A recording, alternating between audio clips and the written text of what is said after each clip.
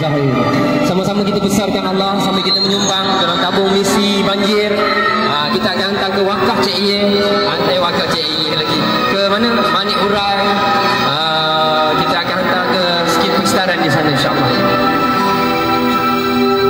Malam menanti siang, siang menanti malam, bagai bergurun lamanya masa memisahkan kita, hingga ku terlupa pada paras lupa. Malam mencari mimpi, siang mencari hati, tersingkap 1000 makna,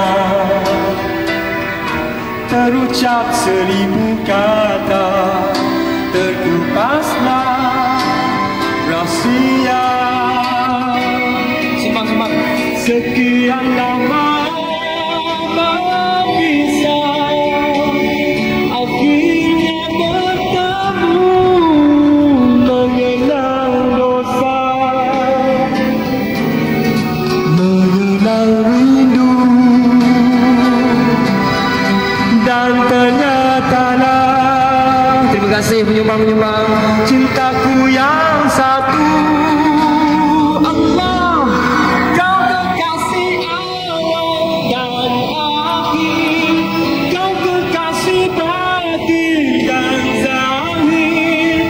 Setelah ku sedari cintamu yang abadi, tak ku hayal, tak ku peduli, walau bulan jatuh ke bumi, yang hadir bidadari, tak ku mimpikan lagi,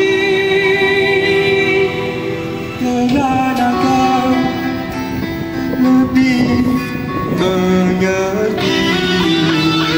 Tuan-tuan, mari kita menyumbang. Siapa-siapa yang sempat membeli toto ke tika dan sebagainya, digalakkan, diadu-adukan tuan-tuan. InsyaAllah kita nak bawa ke sebelah Manik Urai, Dabung Laluh, tempat-tempat yang terlalu ditimpa bencana yang tidak terjangkau dengan fikiran manusia tuan-tuan. InsyaAllah sesungguhnya Allah lah Tuhan kekasih awal dan akhir. Jangan lupakan Allah. Walaupun kita diuji sekuat mana sekalipun, kita mesti berdiri teguh tetap keimanan kita untuk Allah Subhanahu Wa Taala. Sesungguhnya dialah Allah yang awal dan yang akhir. Mungkin selama ini kita terlupa, sekian lama kita terlupa menyembahnya. Sekian lama berpisah, akhirnya bertemu, mengenang dosa, mengenang rindu, Sama-sama kita menyumbang.